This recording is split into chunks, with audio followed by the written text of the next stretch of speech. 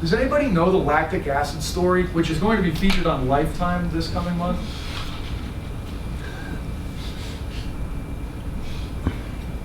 Well, it's a terrible lie that you've all been getting, okay? Lactic acid does not exist in the human body, never has, it never will. Every time that somebody says, well, you gotta clear that lactic acid from your system, an angel loses its wings, okay? And it crashes face first into the rocky cliffs of Dover. Okay, terrible scene, awful. You don't want to, trust me, it's not worth seeing. It kills me. Like, some of the smartest people in the world still talk about lactic acid. I'm like, this stuff has been debunked for like 20 years. It's not even remotely new. The human body cannot create an environment conducive to lactic acid being present. Like, what is the lactic acid story? The lactic acid story is one that you'll still hear from some of the smartest physiologists out there. Okay? I've got these two kinds of glycolysis, fast and slow. I've got oxidative and non-oxidative glycolysis. And when I go through fast glycolysis, what is produced is going to be lactic acid. All right? And then what I do is I need to convert lactic acid into lactate. And the process of converting lactic acid to lactate is the release of a free hydrogen into the environment. And that's where the hydrogen's coming from. That's what's causing us to have all of these downstream mechanisms and to become acidic and to have to go through all of these other physiological processes. Wrong, wrong, wrong. Hydrolysis of ATP spits out a hydrogen. That's where the hydrogen comes from. The hydrogen is the problem. We still have to deal with it. It's just not coming from where we thought it was coming from. It's kind of like all the red meat people that said red meat was bad for you, okay? Can you explain why? Well, it's the toxins. What toxin? Like, what are you talking about? Well, it's toxins. Well, what's the toxin? Can you give me an example of a singular toxin? Well, it's toxins. All right, enough, okay? Wait a second. It might be that red meat contains a ton of iron, and that if ferritin levels in the body get too high, that you actually have to deal with iron homeostasis within your blood. And too much iron is a potential threat to survival. Okay? So what do I do with excess iron in an organism? Well, I need to store it in fat cells. Oh, interesting. Huh. So if I have too much iron, that means that I have to put it into a fat cell somewhere? Yep. Well, how am I going to do that? Well, you might need to grow more fat cells. Oh. So you're saying that I get fatter because I'm trying to maintain homeostasis? You're telling me that I'm getting fatter as an allostatic response to a homeostatic threat? Uh-huh. And why are my iron levels too high? Well, it could be a million reasons. It could be that we enrich all of our processed carbohydrates in this country with crap iron that you basically are not used to. Okay, so, I mean, is it the gluten? I don't know. Is it the lack of the shell on the white rice? I don't know.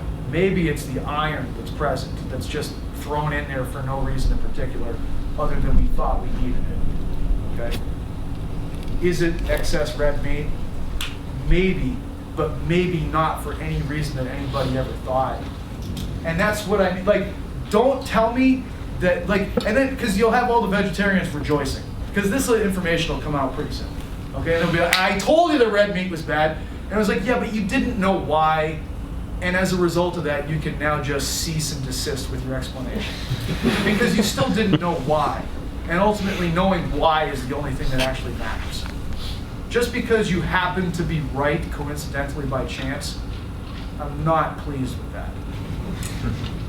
Okay, so, yeah, lactic acid people, you might have been right about the hydrogen, but you didn't know why, and therefore everything that you said is still just as useless as a soup sandwich. All right, so where is this hydrogen coming from? The hydrolysis of ATP. What determines the rate of the hydrolysis of ATP? the intensity of exercise. Usain Bolt is better at going through the hydrolysis of ATP than anyone in this room. That's why his phosphagen system is so remarkable. It's not really the reason he's so fast. He's got all of these leverage and things. Fast twitch fibers, just trying to make a point. He might have a worse phosphagen system because he can finish the race so fast. He doesn't even need to tap the thing out fully. Even though lactate has no causal relationship with fatigue, why is there still a correlation between lactate and fatigue? Ooh, scary stuff. What's causing pyruvate to turn into lactate? Hydrogen. Hydrogen is an environment. The perception of the environment determines the behavioral response. An environment high in hydrogen is an environment that normal individuals perceive as being very threatening. That perception will cause behavior to change. Proprioceptive input changes as a result of a perception, a cellular perception. Your brain now dislikes what you're doing. It's less mindful. It's just crazy. You want to see people, the craziest people on earth? Just fatigue people. That's all you really have to do. People will just go into really odd places. Is there a correlation between lactate and fatigue? Absolutely. What's the causal situation? Hydrogen. Does hydrogen have a physical cause beyond simple perception? Yes, because hydrogen is capable of binding to the actin binding site where myosin typically grabs onto actin during the power stroke phenomenon of the sliding filament theory. Okay, hydrogen also seems to disrupt the process of assembling acetylcholine on the neuron side of the neuromuscular junction. Okay, so there are legitimate physical, structural alterations in responses that take place as a result of increasing hydrogen levels, because it literally acts as a blocker for binding sites and an interruption standpoint from a chemical arrangement system within a terminal end bulb of an axon. But more than that, hydrogen is an environmental load that is a perception driving piece where a central governor just sees an environment as being threatening, and the behavioral response is behavioral shutdown of the same activity. Are you producing lactate right now? Yes. Thank you. Yes. So yeah, you're producing lactate right now. Where does it go? What are the three methods of lactate clearance?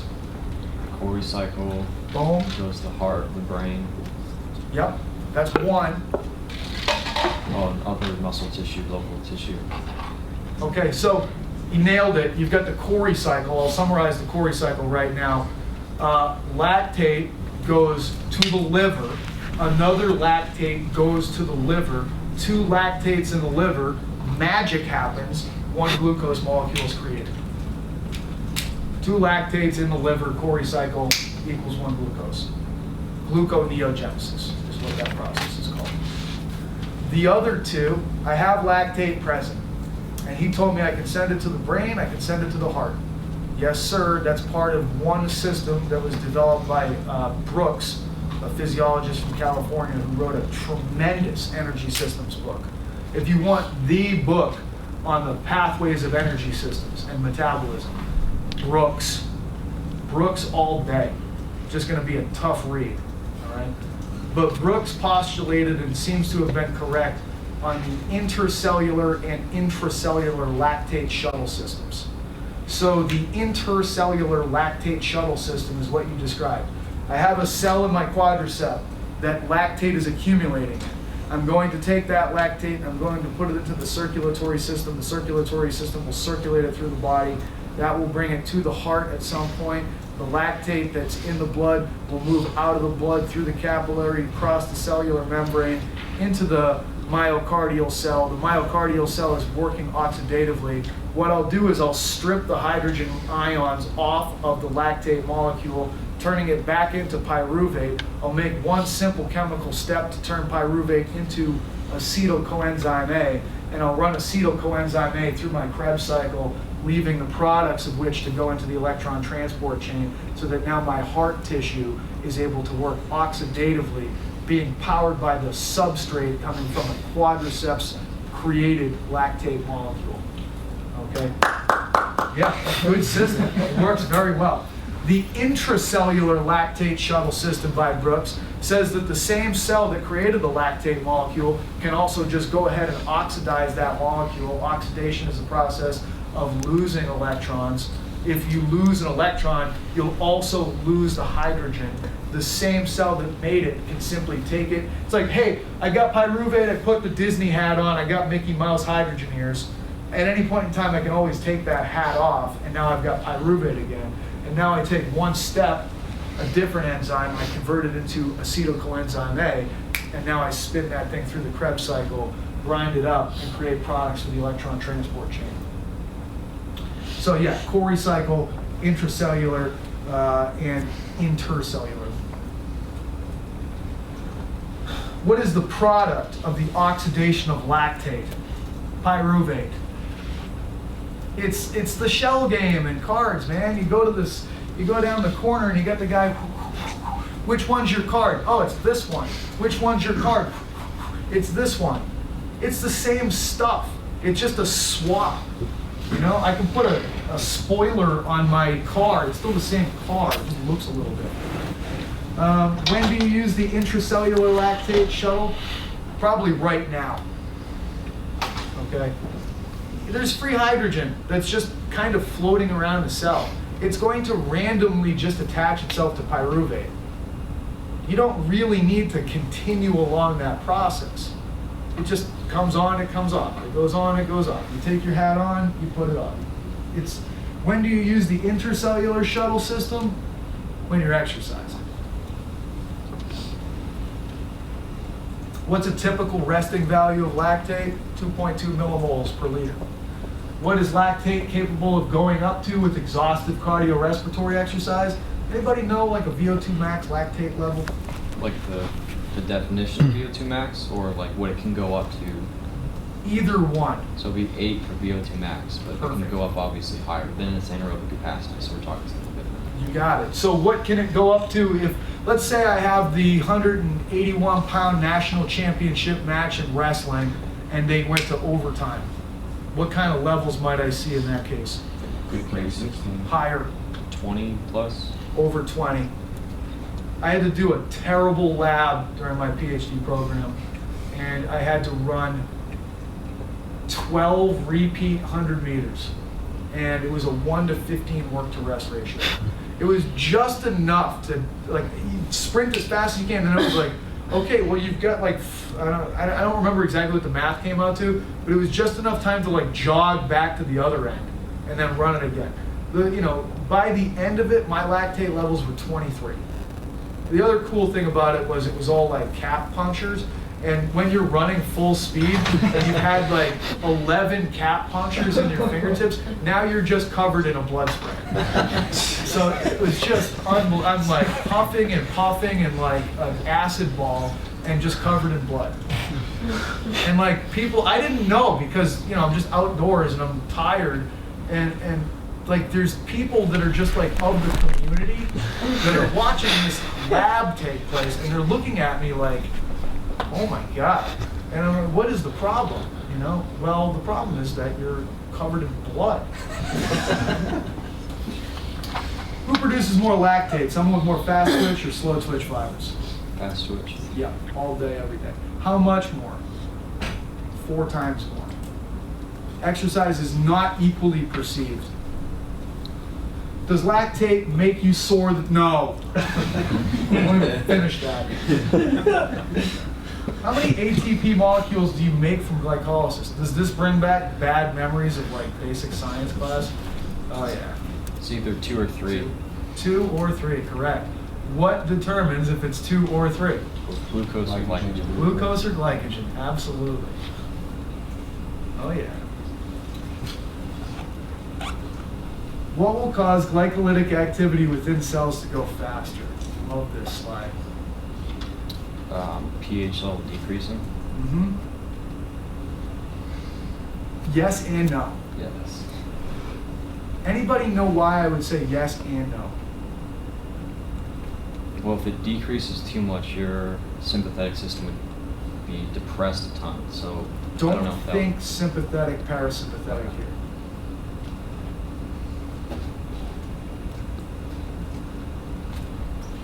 If I become slightly more acidic, that's an indication that I just increased my exercise intensity slightly. As a result of that, stress has gone up. I need to go backwards in time from an evolutionary ladder perspective and not work strictly oxidative. I need to go glycolytic, okay? If pH rises too high, that's actually excess stress, and I will shut that system down, and I'll either go back to phosphagen, but phosphagen's probably been working the whole time because I never have one working in isolation. I literally have nowhere else to go. But I will go into behavioral shutdown because it's unsafe. I need to stop, because if I don't, Houston, we're gonna have a problem. Survival. Bunch of things that increase glycolysis. If I increase the concentration of ADP, well, that just means that I have to put ATP back together again. Don't forget, the forest through the trees is that energy systems do two things. They deal with hydrogen load and they put ATP back together again. So if I have more ADP, that means that there's more ATP to reassemble. So I need glycolysis to do its job, okay? Increasing the concentration of free P. Well, that's just the same way as saying the first one, but textbooks like to do that. Increasing the concentration of ammonia. That is truly a metabolite. That is a metabolic product that needs to be dealt with. Increasing the concentration of AMP. That's just another way of saying the first two over and over again. You gotta love the redundancy of physiology textbooks. Slightly decreasing the pH, which is what we just talked about. And this is really like, because I know I got till 11, I believe, right? That's my timeline. So it works out pretty well, because this is the topic. And look, like, you know, I'll show you what this thing kind of looks like. Is that we're on slide 64 to 78. So there is, you know, there's more, but you can't get to all of it. You never did. Okay.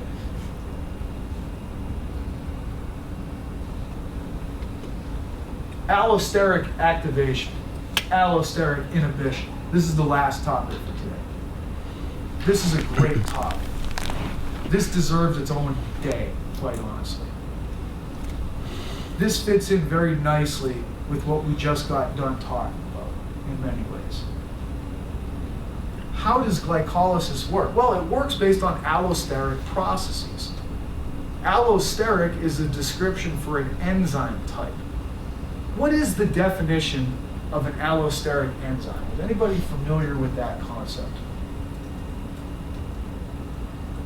Well, what exactly does an enzyme do? An enzyme catalyzes a process, a chemical process. What is going on? Well, I have substrate and I have enzyme.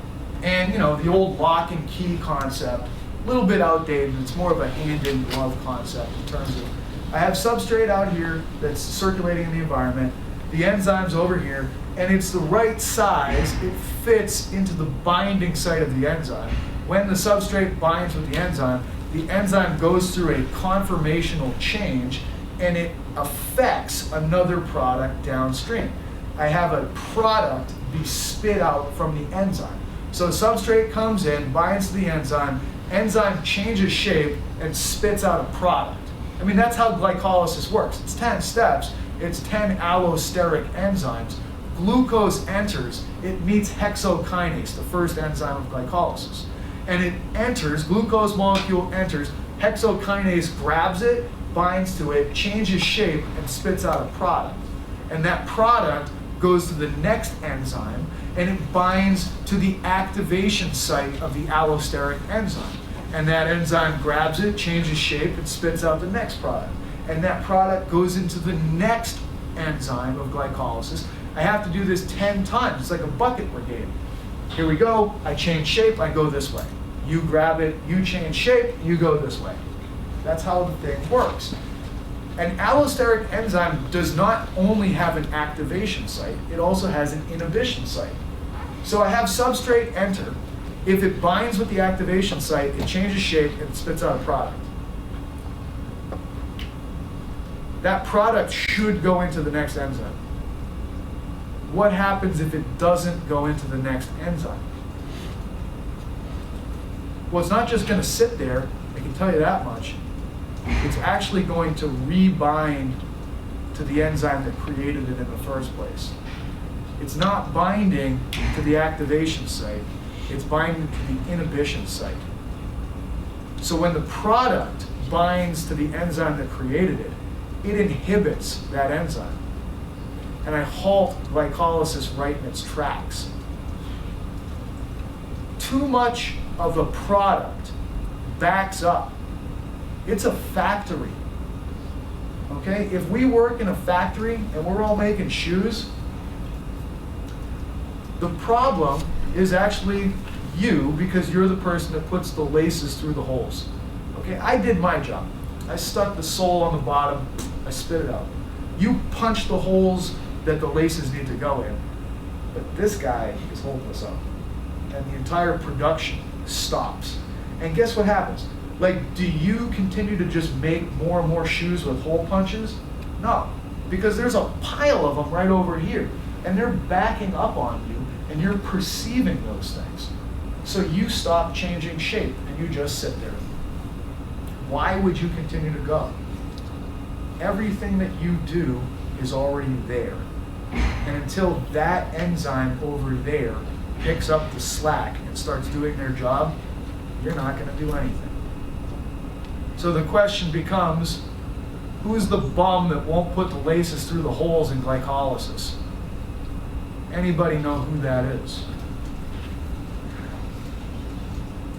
Phosphofructokinase. Of course. Everybody should know that. If you want to know how to make glycolysis work better, you add more phosphofructokinase to the equation. That's all you have to do. Every bit of research that's done on glycolysis, all you look at is what are the levels of phosphofructokinase, PFK. If PFK goes up, you are more glycolytically advanced. How many people in here really care that much about glycolysis, though, from a strength and conditioning standpoint? I mean, we're more interested in aerobic and alactic. So from an aerobic standpoint, what I want to tell you, changes in the eccentric volume of the heart are big time. That's the phosphofructokinase of the central factors of the oxidative system. Bigger ventricular volume, winner, chicken dinner. On the other side of things, what is the PFK of the oxidative system at the cellular level? NADH dehydrogenase. And I'm sorry I didn't have enough time to be able to go into that. But trust me, that's the show. And you know, I think the reason you asked me to come here is because I wrote an article on NADH dehydrogenase. So you can always check that thing out. I don't even remember what the point of that article was. It might have been for like a baseball. No, it was just energy systems. Like I get these requests to write articles for things, and I just write it on what I want to write it about, and then like for baseball, or you know, and it's like yeah, sure, like I don't care, like, but it's I think you'll get a lot out of that now if you read it after this talk today, and you know, I really want to thank you guys for being attentive. It's very clear when you're presenting because you see all the faces. If people are listening, and I do realize, like, this is not a topic that necessarily, and look, I could have given you like, do HICT for 20 minutes times 3 on Tuesday. And you might have been like scrambling to write this thing down. I didn't want to do that today, you know what I mean? Like, you can probably get somebody else to do that. Like, I want to be able to go into enzymes, I want to go into the environment, I want to go into perception, I want to go through chemical steps, I want to go through ontogenesis, I want to go through Jacksonian dissolution, I want to present to you the overarching schemes. Like, that's what I do. And I hope that you're able to get something out of that, because I don't want you to change what you're doing on Monday. I want you to change the way you look at what you're doing on Monday. So thank you guys very much.